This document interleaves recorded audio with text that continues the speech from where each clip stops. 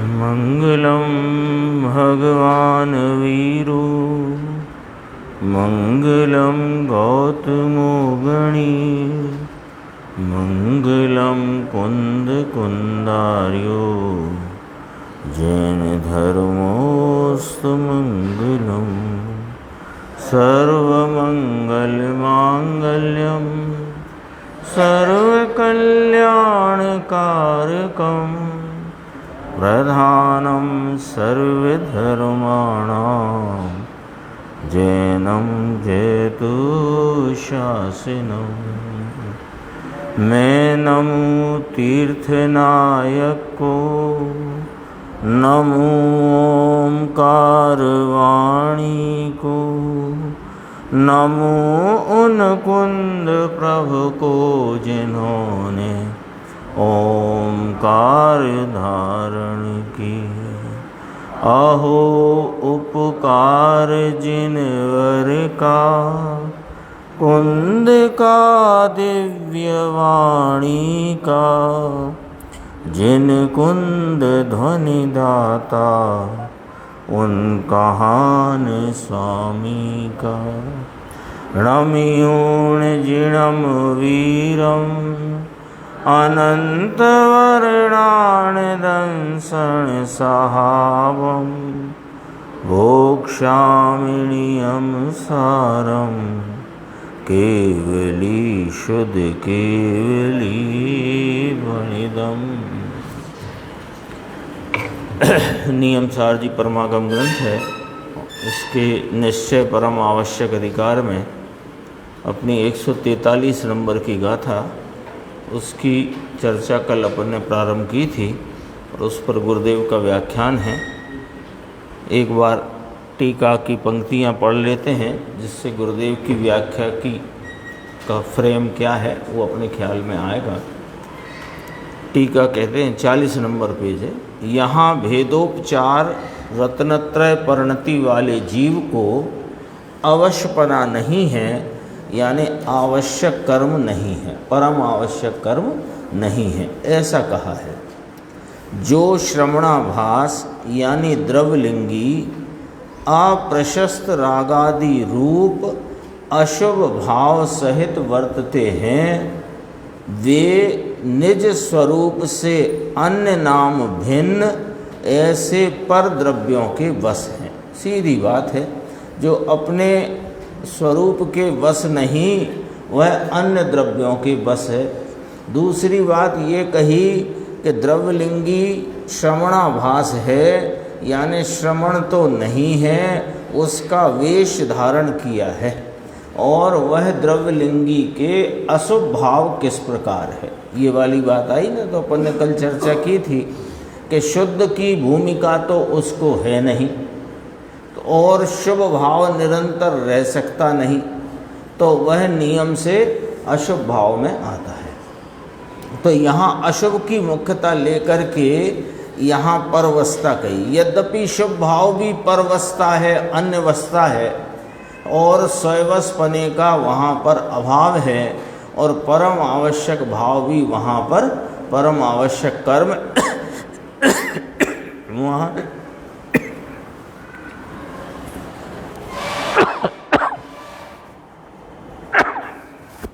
वहाँ पर नहीं है। लेकिन यहाँ अशुभ की मुख्यता लेकर के ये गाथा में कहा गया है। तो कहा इसलिए वह जगन्य रत्नत्रय परिणति वाला। ये क्या कहा? जगन्य रत्नत्रय परिणति माने यहाँ इसका अर्थ है खोटी रत्नत्रय परिणति। खोटी क्यों कही? व्यवहार रत्नत्रय को व्यवहार कह दो, खोटा क्यों कहा? तो अभी तो चल रहा था विषय निषेध निषेधक का। तो व्यवहार यहाँ वास्तव में व्यवहार रत्नत्रय परिणति भी व्यवहार तब कही जाती है जब निश्चय रत्नत्रय परिणति हो। और जब निश्चय रत्नत्रय परिणति यानी अपने स्वरूप की स्वरूप संचेतना नहीं, उसकी प्रतीति नहीं, उसमें रमणता का किंचित भाव नहीं, तो उसके व्यवहार रूप राग की दशाओं को व्यवहार कहने पर भी वे खोटे हैं। कह दिया व्यवहार, वो भी क्यों कह दिया? इसलिए कह दिया कि जैसा निश्चय वाले को व्यवहार होता है वैसा व्यवहार है, लेकिन खोटा है। आ गया ना पॉइंट समझ में? आया निर्देश भाई समझ में कि अज्ञानी के व्यवहार को व्यवहार क्यों कहा? आता है आगम में, अज्ञानी के व्यवहार को भी व्यवहार कहने की एक पद्धति है। तो जबकि व्यवहार वह है ही नहीं तो क्या कहेंगे? तो यहाँ गुरुदेव श्री अर्थ करते हैं कि वह खोटा रत्नत्रय है, खोटी रत्नत्रय परिणति है। तो खोटी क्यों कहा? यहाँ जगन्न लिया, तो यहाँ जगन्न शब्द से खोटी की ही सूचना है। यानी अज्ञानी का व्यवहार को व्यवहार कहने की जो पद्धति है वह इस प्रकार है कि निश्चयवंत साधक को जो व्यवहार रूपी राग की वृत्ति है उसको व्यवहार सम्यक दर्शन ज्ञान चारित्र कहा जाता है। वैसा व्यवहार, वैसा राग जिस अज्ञानी को बिना स्वरूप के भान के है वो व्यवहार कह दिया गया है पर खोटा है। ये वाली बात है। देखो, जीव को स्वयं आत्म आश्रय,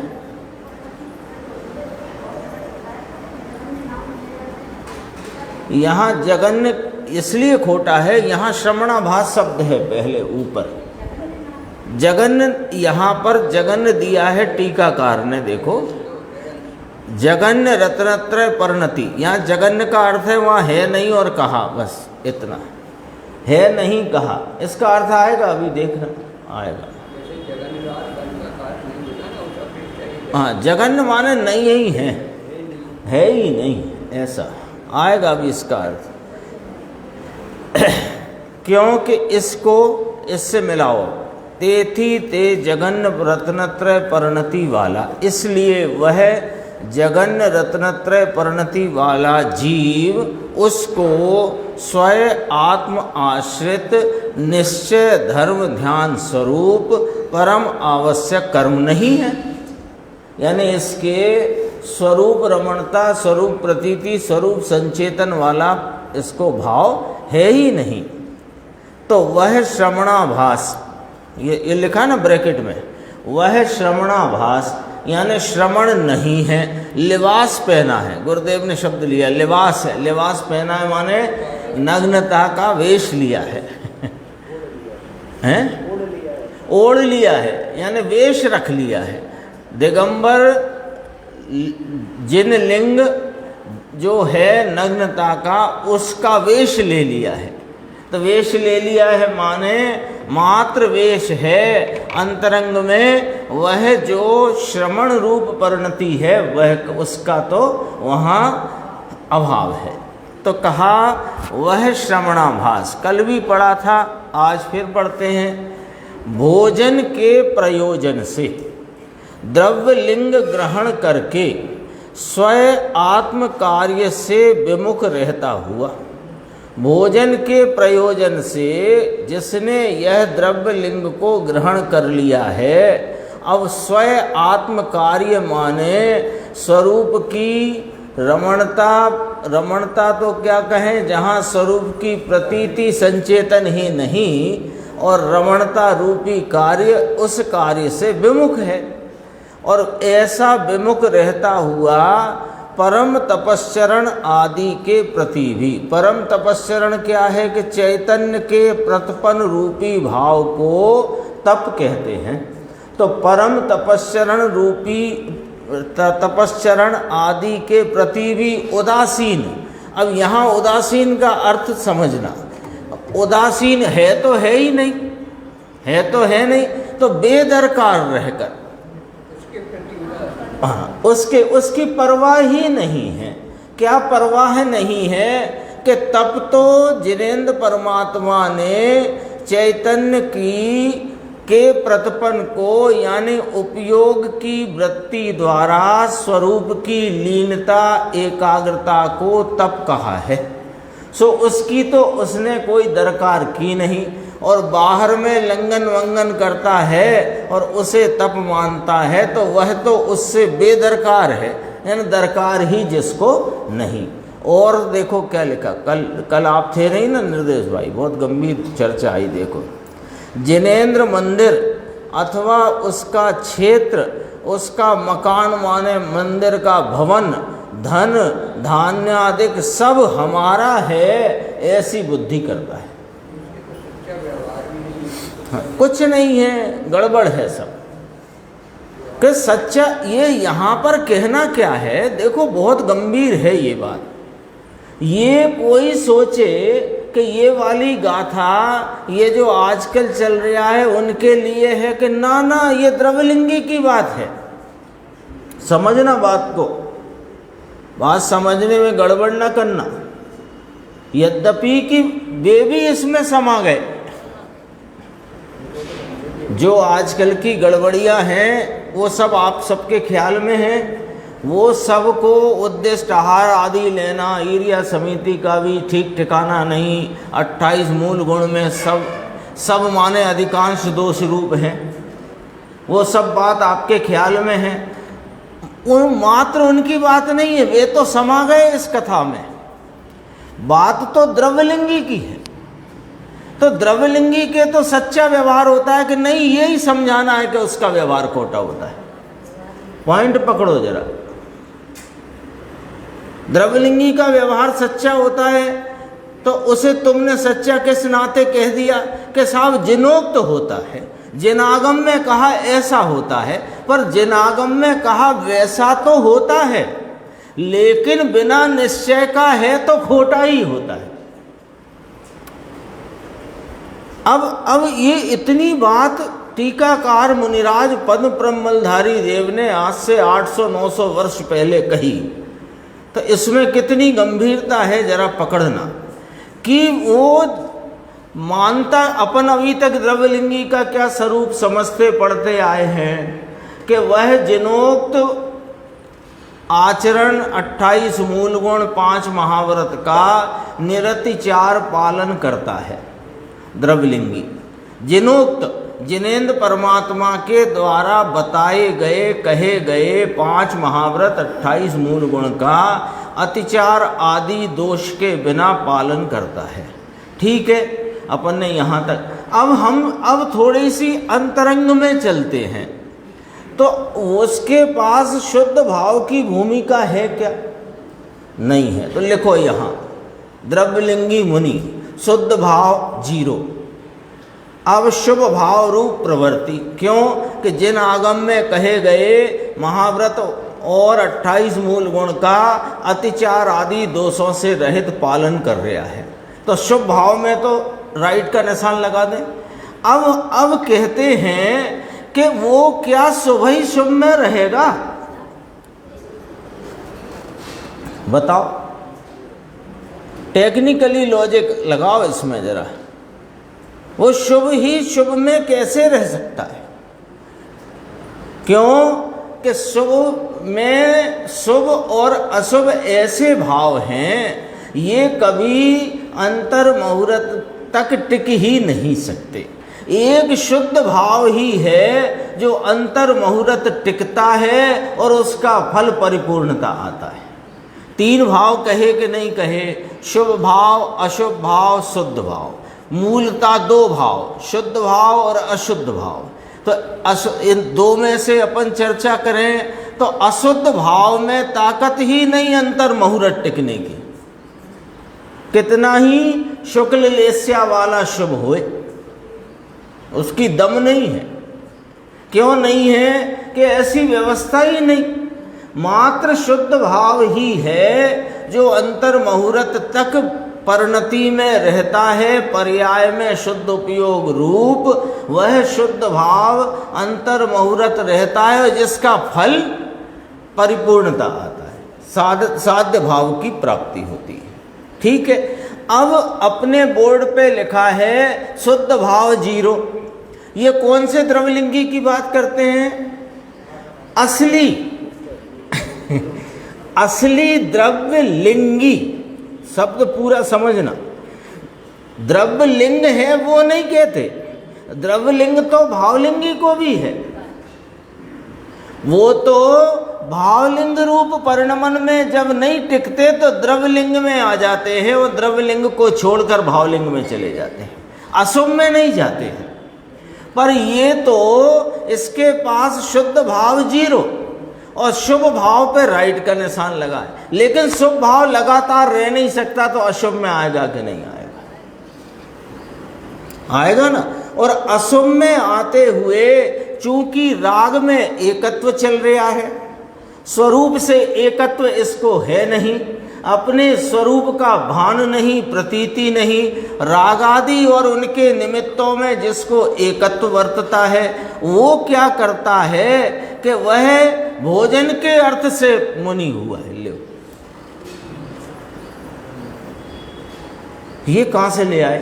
उद्दिष्ट आहार नहीं करता, उद्दिष्ट आहार का त्यागी हुआ है, वह मार ठोक कर जिनोक्त है इसलिए, लेकिन उसमें भी उसको वह निरांत से भोजन मिलता है, इसके लिए हुआ है।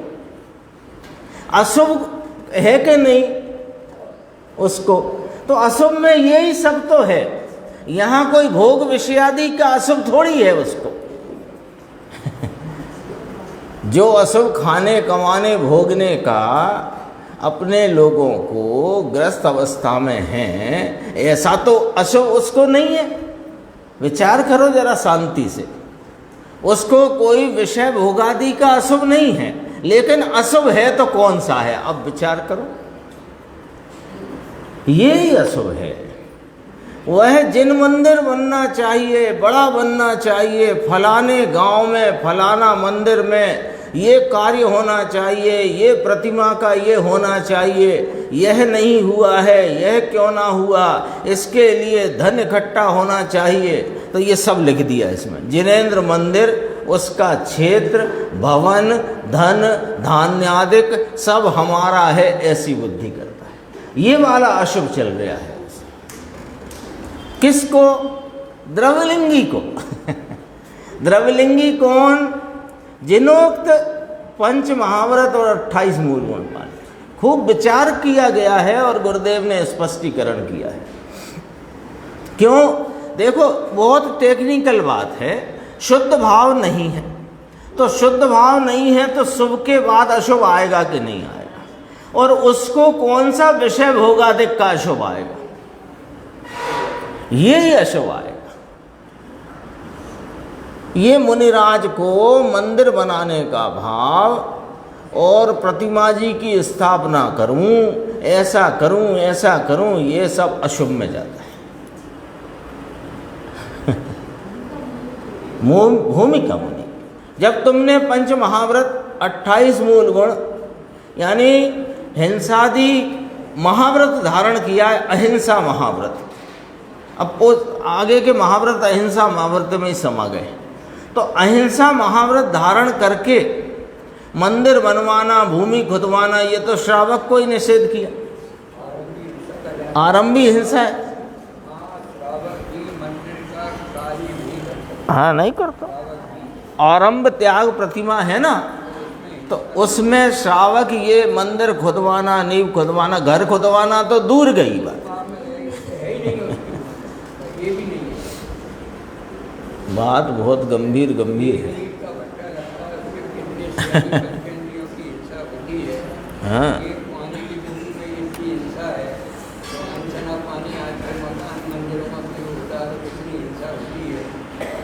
वो तो उसकी भूमिका का ही मामला नहीं है। अब देखो गुरुदेव का व्याख्यान इसी पृष्ठ पे हरि गीत के ठीक नीचे, यहाँ भेद उपचार रत्नत्रय परिणति वाले जीव को, यानी व्यवहार रत्नत्रय वाले जीव को देव गुरु धर्म की श्रद्धा, 9 तत्व की भेद वाली श्रद्धा, ऐसी इसकी श्रद्धा बराबर होए। व्यवहार, ये व्यवहार भेदोपचार रत्नत्रय परिणति वाले को अशुभ भाव जब आता है, इसलिए अत्यंत परवश अवश है। परवश है, अवश नहीं है, ऐसा इसमें आना। अवश कहा ना, तो अवश होए तो परम आवश्यक कर्म है उसको ना, पर वो परवश है, स्वयवश नहीं है।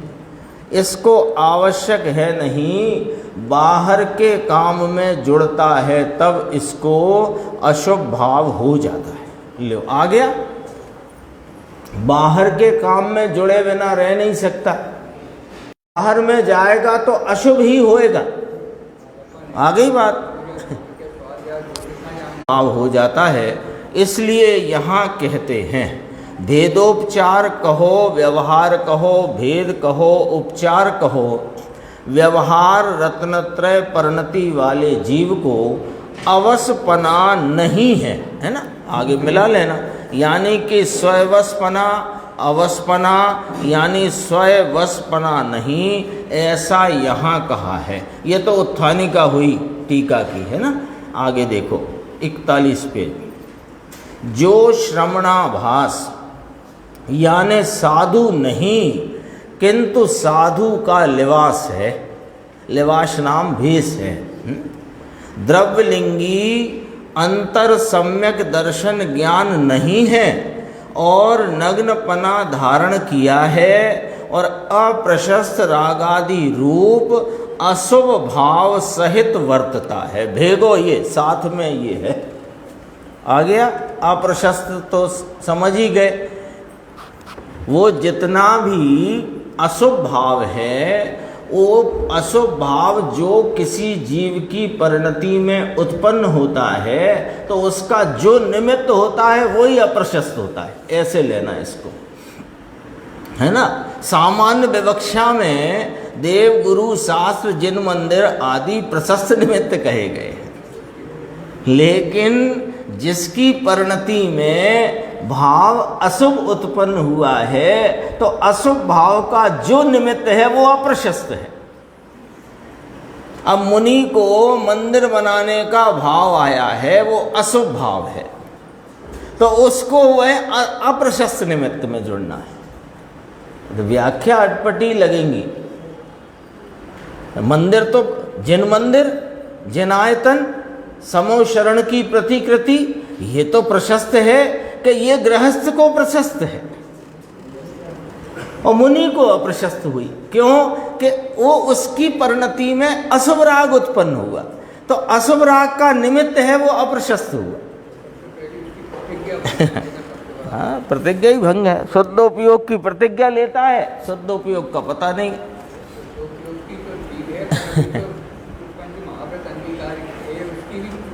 हाँ, वो दोनों बातें हैं, वो तो समाई गई इसमें।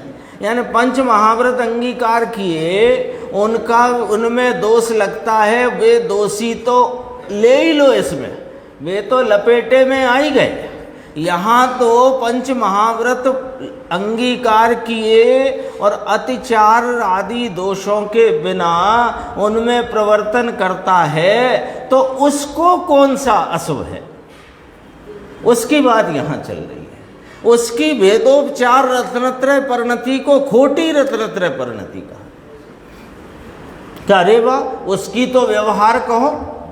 द्रव्यलिंगी के जो शास्त्र ज्ञान 11 अंग 9 पूर्व का, अभी 276 गाथा समय सार जी परमागम में कहा, शब्द शुद्ध का ज्ञान वह ज्ञान है व्यवहार।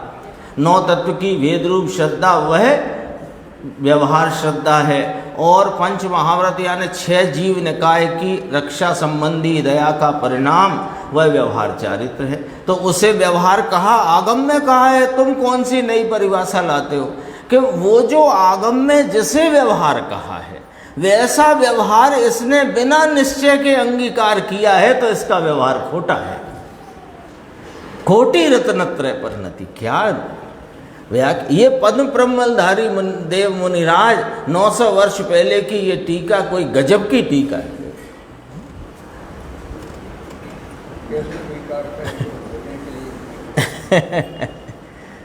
देखो ये तो टीकाकार ने कहा है, स्वयं मुनिराज हैं, तीन कषाय चौकड़ी के अभाव रूप प्रचुर स्वयं संवेदन की मोहर छाप जिनको है, स्वयं एक कलश में अपने कहते हुए मौज में कहते आए भावी तीर्थादिनाथ है।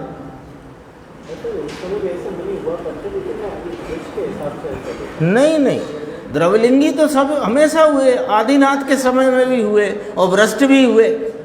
ये थोड़ी दो व्याख्या मिलाओ मत, यहाँ मिलाने से इस टीका का मर्म चला जाएगा। अपन क्या मिलाने की कोशिश कर रहे हैं कि जो 5 महाव्रत में दोष लग रहे हैं और आजकल अपने को ज़्यादा द्रष्टव्य हैं, है ना, जैसा प्रश्न है आपका, ऐसे वे तो लपेटे में आ ही गए। यहाँ तो कौन लेना है कि जिसने स्वरूप के को जाने बिना, स्वरूप के भान बिना, अपने आत्म स्वरूप की प्रतीति के बिना ये 5 महाव्रत 28 मूल गुण अंगीकार किए हैं और अतिचार आदि दोषों के बिना उसका पालन करता है, उसको भी अशुभ भाव वर्तता है और उस अशुभ का ये प्रकार है। ये वाली बात है।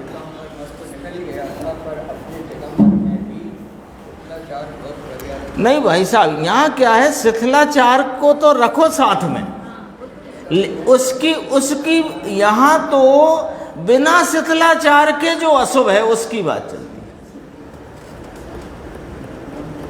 पकड़ में आई कि नहीं आई बात?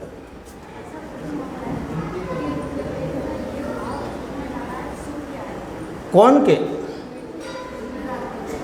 शुभ ये है कि वे जो कुछ जिनोक्त है, 6 का 4 हाथ भूमि देखकर चलते हैं, 6 काय के जीवों की रक्षा में परिणमते हैं, लेकिन फिर ऐसा करते हुए लगातार तो ये भाव रह नहीं सकता, उद्दिष्ट आहार नहीं लेते, ये सब उनके शुभ, ये शुभ भाव चल रहा है, लेकिन शुभ लगातार चल नहीं सकता ना, या तो शुद्ध होए और शुद्ध है नहीं तो अशुभ आएगा, तो अशुभ में फिर भी मंदिरों आदि में लग जाते और मंदिर में और अशुभ भी नहीं रहता, वो भी छूट के शुभ हो जाता है। ये टीका लिखी गई है, इसका अर्थ गंभीर। देखो, शिथिलाचार जो हुआ है या वर्त रहा है या दिखाई देता है वो तो इसमें लपेट लो, लेकिन ये गाथा शिथिलाचारियों की नहीं है। शिथिलाचारी तो संग में आ ही गए, लेकिन ये गाथा द्रव्यलिंगी की है। द्रव्यलिंगी जिसने स्वरूप के भान बिना 5 महाव्रत 28 मूल गुण जिनोक्त अंगीकार किए।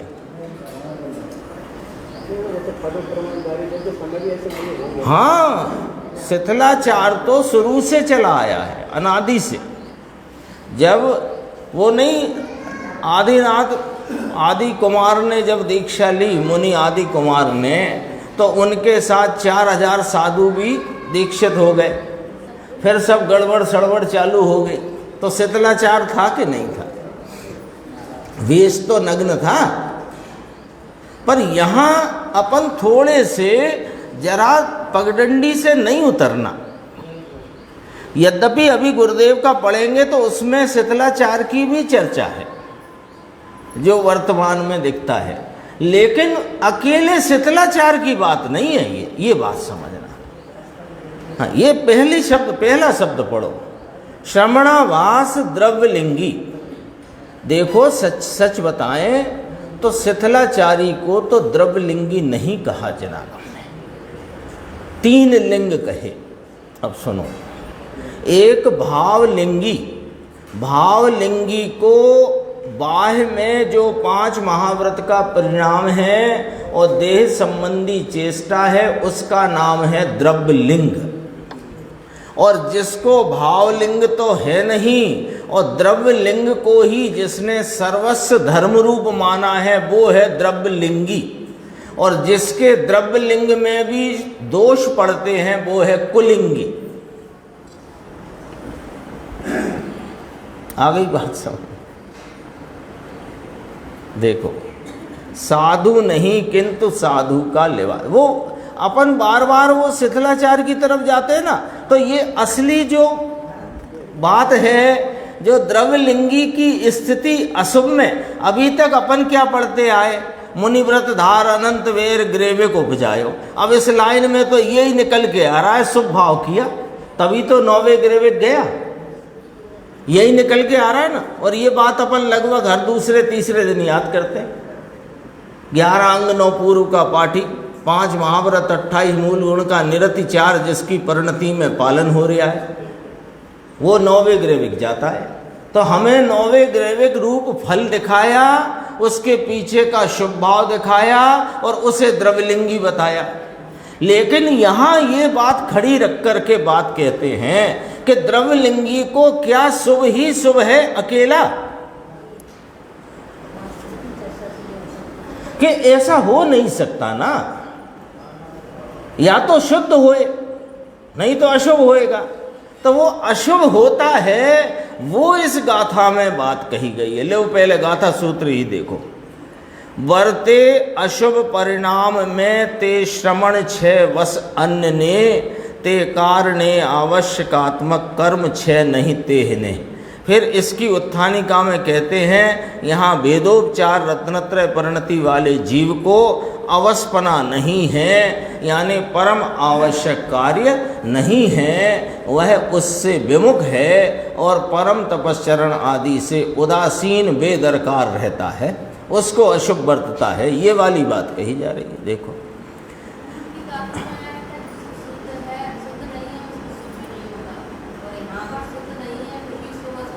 देखो शुभ अशुभ क्या है, व्याख्या में फर्क है कि शुद्ध है उसको ही शुभ होता है, ये बात कही गई। इसमें क्या कहना है कि शुद्ध के बिना शुभ नहीं, लेकिन उसको शुभ क्यों ना कहेंगे, क्योंकि जिससे पुण्य कर्म का बंध हुआ। अज्ञानी है, अज्ञान का पगड़ी उसके सिर पे है मिथ्यात्व रूपी, तो मिथ्यात्व रूपी पगड़ी सिर पे है, तो इस अशुभ के आगे उसके शुभ को भी शुभ नहीं कहते। एक अपेक्षा ये है। दूसरी अपेक्षा लेना कि वो शुभ को शुभ कैसे कहा, कि जिस भाव से पुण्य बंधे वो शुभ ही कहलाता है। तो पुण्य तो बंध रहा है ना, भले अज्ञानी है, हम भी निगोद में थे, तो पुण्य भाव पुण्य कर्म बंधा तब तो निकल करके आए। तो पुण्य कर्म पाप भाव से तो नहीं बंधा था, बंधा शुभ से ही था। लेकिन उस शुभ को क्या शुभ कहें जिसके ऊपर मिथ्यात्व रूपी महा अशुभ की पगड़ी बंधी है, इस अपेक्षा वो शुभ नहीं है। लेकिन एक कषाय की मंदता का कोई परिणाम जिसके निमित्त से पुण्य प्रकृति रूप बंध पड़ता है, वह परिणाम शुभ ही कहलाएगा। दोनों अपेक्षा है। द्रव्यलिंगी अंतर सम्यक दर्शन ज्ञान नहीं और नग्नपना धारण किया है और अप्रशस्त रागादि रूप अशुभ भाव सहित वर्तता है। साथ में है ये अशुभ राग लिखा, अप्रशस्त यानी अशुभ राग द्वेष रति अरति बाह्य पदार्थ में होती है, अंतर पदार्थ की तो दृष्टि नहीं है, इसलिए बाह्य पदार्थ में इसको अशुभ भाव हो जाता है। ये अशुभ भाव सहित वर्तता है। दिगंबर नग्न मुनि वह निज स्वरूप से अन्य यानी भिन्न ऐसे पर द्रव्यों के वश है। वह निज स्वरूप चिदानंद प्रभु अतीन्द्रिय आनंद का नाथ प्रभु आत्मा, ये निज स्वरूप है। क्या? अतीन्द्रिय आनंद का नाथ, यह निज प्रभु आत्मा, ये निज स्वरूप। इससे वह भिन्न, इस चैतन्य परमात्मा आनंद स्वरूप वस्तु आप, इससे भिन्न जो परद्रव्य हैं उनके वश है, तो अशुभ राग के वश। आर्त ध्यान होता है, अशुभ राग इसका ऐसा करना, इसका ऐसा करना, मंदिर को ऐसा बनाना, फलाना ऐसा बनाना, ये आगे आएगा, धन धान्य मंदिर क्षेत्र मकान धन्य धान्य आदि। टीका की अंतिम पंक्ति में आया है ना, ये सब बाहर में कोई भी पर द्रव्य का आश्रय लेकर के जो अशुभ भाव में वर्तता है वह पर द्रव्य के वश है, वह मिथ्या दृष्टि है। अब लोगों को ये कठिन पड़ती है बात। जिनको अभी यह द्रव्यलिंग में भी मुनिपना जान पड़ता है उनको कठिन पड़ती है। अपन अपना अपना तोलना। द्रव्यलिंग के संदर्भ में प्रवचन सार जी चरणान योग सूचक चूलिका पंचरत्न गाथाएं, उसमें इसे संसार तत्व कहा है। वो किसी रूप में नहीं है, तो फिर भी इसे लगता है कि रूप तो है, वेश तो है। एक दिन आई थी चर्चा कि भावलिंगी आचार्य उनके संग में भी कोई द्रव्यलिंगी होता है और वे जान जाते हैं लेकिन बाहर नहीं पाड़ते। उसके दो वजह बताई थी। एक तो अन्य साधुओं के और उनके बीच में कोई अंतर न दिखाई दे। दूसरा ये कि कदाचित सदुपदेश से वह अपने स्वरूप का आलम्बन लेकर के वहीं के वहीं भावलिंग प्रकट कर सकता है। तो ये चर्चा थोड़ी सी लोगों को, ये गुरुदेव स्वयं फरमा रहे हैं, लोगों ने ये आकरू पड़े छे, कठिन लगती है। इसलिए सोनगढ़ वाले को ऐसा कहते हैं ना कि सोनगढ़ वाला एकांत है, एकांत है, एकांत। एकांत नहीं है, सीधी सच्ची सटीक बात है। नीचे देखना, अप्रशस्त नाम खोटा लिखा है। अप्रशस्त यानी कि खोटा, रागादि रूप अशुभ भाव सहित वर्तता है, वह निज स्वरूप से अन्य नाम भिन्न ऐसे पर द्रव्यों के वश है। इसलिए वह जगन्य रत्नत्रय परिणति वाले जीव को, जगन्य रत्नत्रय कहा इसलिए कुछ तो होगा अवश्य। अपने को प्रश्न उठे, आया ना प्रश्न अभी कि जगन्य परिणति कही है तो कुछ तो होएगी। कि जगन्य रत्नत्रय कहा इसलिए कुछ तो होएगा अवश्य। कि जगन्य यानी हल्का, हल्का कह करके कहा खोटा। खोटा रत्नत्रय, खोटे रत्नत्रय परिणति वाले जीव को, जगन्य यानी कुछ कुछ इसमें अंश है रत्नत्रय रूपी व्यवहार का, ऐसा नहीं। हल्का माने खोटा, यहाँ हल्के का अर्थ है खोटा।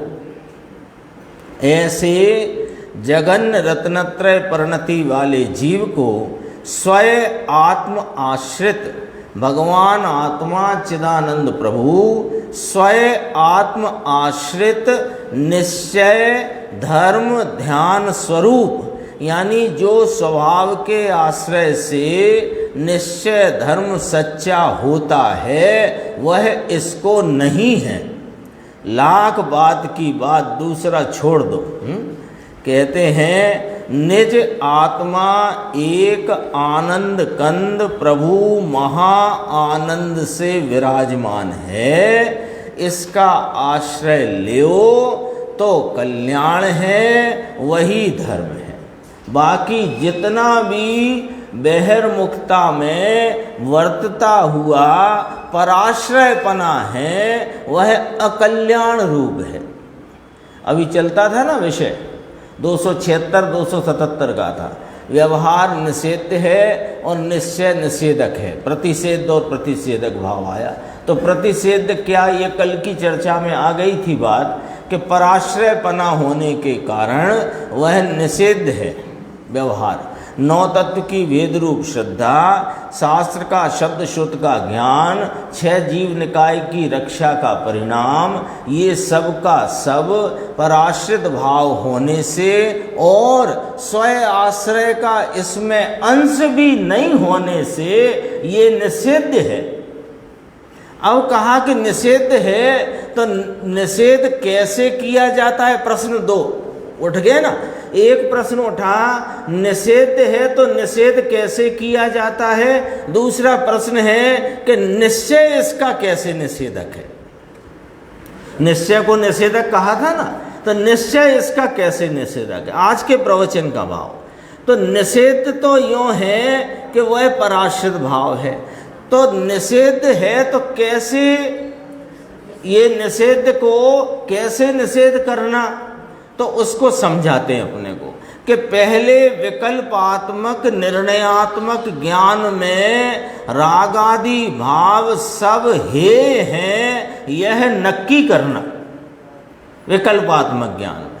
फिर नक्की करने के उपरांत उसके प्रति की दृष्टि छोड़ना, और दृष्टि छोड़ने के उपरांत जो दृष्टि का विषय भूत अपना परमार्थ भूत तत्व ज्ञायक भाव है उसका आलम्बन लेना, तो उसका आलम्बन लेना ही निश्चय परिणति है। और इसके आलम्बन लेते ही उस परिणति में वह स्वयं नाश को प्राप्त होता है। इस प्रकार निश्चय के द्वारा व्यवहार निषेध है और निश्चय उसका निषेधक है।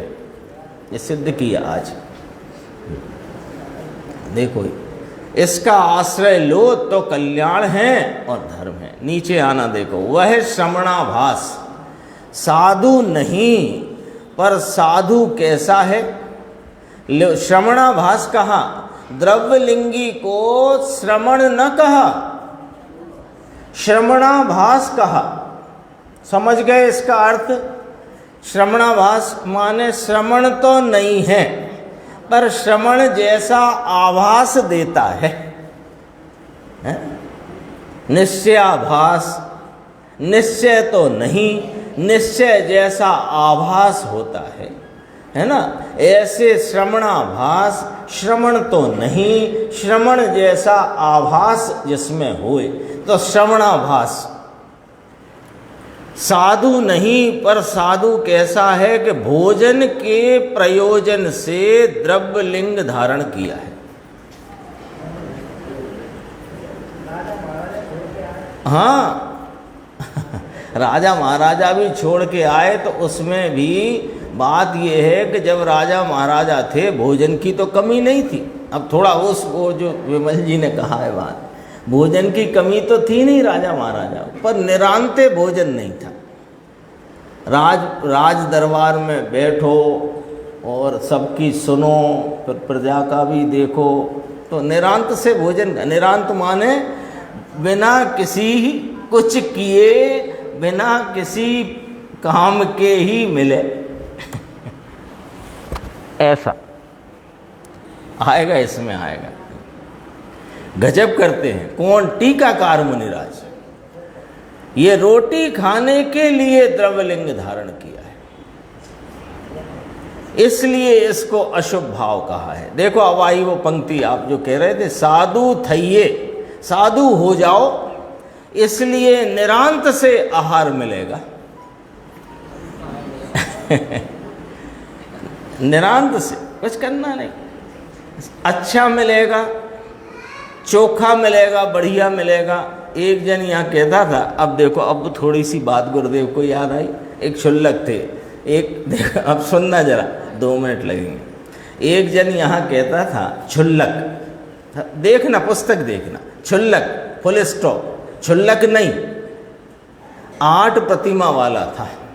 ये आया था कहे कि अभी 8 प्रतिमाएं हैं, यानी 8 प्रतिमा मैंने ले ली हैं। तो वहाँ तक लोग आदर नहीं करते, इसलिए आदर करवाने के लिए 11 प्रतिमा लेनी पड़ेगी, ऐसा कहता था। संवत 2006 के साल की बात है, राजकोट में 30 वर्ष हुए। ऐसा कहे 8 प्रतिमा हैं, लेकिन जहाँ तक ऐसे लोगों को त्यागी नहीं दिखाई देता, वहाँ तक निमंत्रण आमंत्रण नहीं देते। इसलिए 11 प्रतिमा धारण करूँगा तो आदर होएगा, ऐसी दशा है। वो तो प्रसंग आ गया याद में तो कह दिया। देखो नीचे लिखा स्वयं आत्मकारी, 3-3.5 पंक्ति छोड़ना। स्वयं आत्मकारी से विमुख, ये व्यवहार की क्रिया आदि जो करने वाला शुभ भाव। ले आया शुभ भाव, कौन सा शुभ भाव है उसको? व्यवहार की क्रिया आदि जो करने वाला शुभ भाव, यहाँ तो कहते हैं इस शुभ भाव में लगा है, और इस शुभ भाव में लगा ही तो नहीं रहेगा, उससे छूटेगा तो अशुभ में वर्तन करता है, क्योंकि स्वात्म कार्य से विमुख है। स्वयं आत्म कार्य से विमुख रहता हुआ परम तपस्चरण आदि के प्रति भी उदासीन, परम तपस्या यानी आत्मा का ध्यान, आत्मा के आनंद में उग्रपने आनंद का होना, आत्मा में अतीन्द्रिय आनंद का उग्रपना होना, इसका नाम परम तपश्चर्या है। तब है ना चैतन्य का प्रतिपन, आनंद की बढ़वारी, स्वरूप की एकाग्रता, इसका नाम तप परम तपश्चर्या है। ये परम तपश्चरणादि के प्रति यानी निश्चय द्रव्य के आश्रय में होती जो उपयोग की क्रिया, क्रिया लिखी ना तो वो कौन सी क्रिया? उपयोग की क्रिया। इसके आश्रय प्रति उदासीन नाम बेदरकार रह करके बाहर का बराबर जालबू माने बाहर का बराबर ठीक चलना चाहिए, लोगों में पसंद पड़े ऐसा होना चाहिए, लोग आदर करें, ये सब बाहर का भी देख दिखावा ऐसा होना चाहिए, और अंदर के स्वात्म कार्य से विमुख है, यहाँ तो स्पष्ट ना पाड़ते हैं। ऐसा बेदरकार रहकर जिनेंद्र मंदिर, इसका ध्यान रखे। अब तपश्चर्या स्वरूप का आलम्बन नहीं, स्वरूप का भान नहीं, आलम्बन नहीं, तो एकाग्रता तो कहाँ से आई? अब क्या करता है कि व्यवहार क्रिया में सावधान रहता है, 4 हाथ भूमि देखकर चलना, प्राशुभ मार्ग पर चलना आदि इत्यादि सब करे, लेकिन वह शुभ ही शुभ करता नहीं रह सकता ना। तो अशुभ आता है तो क्या अशुभ आता है कि जिनेंद्र मंदिर, इसका ध्यान रखे कि मंदिर बना के नहीं, बनाया कि नहीं, देखते हैं ना हम तो ये सब अशुभ भाव वाला है, ये कहते हैं ये शुभ भाव वाला नहीं। ये मुनि को मंदिर की चिंता, ये अशुभ भाव है। जिनेंद्र मंदिर अथवा उसका क्षेत्र, यह मंदिर के लिए कितना क्षेत्र विस्तार का लिया है, कितना रहेगा, फलाना ध्यान रखे साधु होकर के। स्वयं आत्मा का कार्य छोड़कर पर क्षेत्र और पर द्रव्य के कार्य में जुड़ता हुआ, क्षेत्र मकान माने पर के मकान में, इस मकान में इतना ठीक पड़ेगा, इसमें इतना रहने का ठीक पड़ेगा, ऐसा ऐसा, इतना कमरा बनाओ, इसमें ये बनाओ, ये सब है। और भी थोड़ी सी चर्चा पूरी कर देते, नीचे देखो। धन धान्य आदि अनाज का ध्यान रखे आदि, मकान के कारण वगैरह वगैरह, मंदिर का पैसा, ट्रस्ट का पैसा, मंदिर के ट्रस्ट के उद्धार का, ये सब ध्यान रखे, ये सब हमारा है, ऐसी बुद्धि करता है। ये श्रवणाभासी द्रव्यलिंगी है। देखो इसको यहाँ ये ना कहा ये श्रवणाभासी शीतलाचारी है, द्रव्यलिंगी लिया है। अब तो इसमें ऐसा लिखान है, वह भी द्रव्यलिंगी, इसके लिए भोजन बनाया हुआ ले। अब तो आजकल ऐसा चल गया ना, इसलिए यहाँ तो ये लिया भोजन के प्रयोजन से द्रव्यलिंग ग्रहण किया है, बाकी इसके लिए भोजन करके ले तो भी ये द्रव्यलिंगी नहीं। वहाँ जो उद्दिष्ट ले वो द्रव्यलिंगी भी नहीं, पर अनुदिष्ट आहार लेता है और भोजन के अर्थ द्रव्यलिंगी हुआ है। ये थोड़ा समझने की बात है, समझ में आई नहीं आई बात? अनुदिष्ट आहार लेता है, उद्दिष्ट आहार का त्यागी है, लेकिन भोजन के अर्थ द्रव्यलिंगी हुआ है। वो आपने पूछा था ना, निरांते कछ करना न धरना, अनुदिष्ट भी मिल जाता है, पुण्य प्रमाण में मिलता है, योग्यता प्रमाण से आता है। पुण्य निमित्त है और योग्यता प्रमाण में आता है। वहाँ द्रव्य में 6 मूल गुण में, जिसको तो उद्दिष्ट आहार है उसके तो मूल गुण में फेर है। अष्टपावण में कहते हैं कि एक मूल गुण में फेर, माने मूल गुण में कोई भी फर्क है तो सारा का सारा फर्क है। ऐसी बात आचार्य तो कहते हैं, ये जगत को प्रत्यक्ष सत्य करते हैं किसी की व्यक्ति की कोई बात नहीं, किसी व्यक्ति के आदर अनादर की बात नहीं, वस्तु का ऐसा स्वरूप है, ये वर्णन करते हैं। इसके आगे की चर्चा अपन आगे की स्वाध्याय में।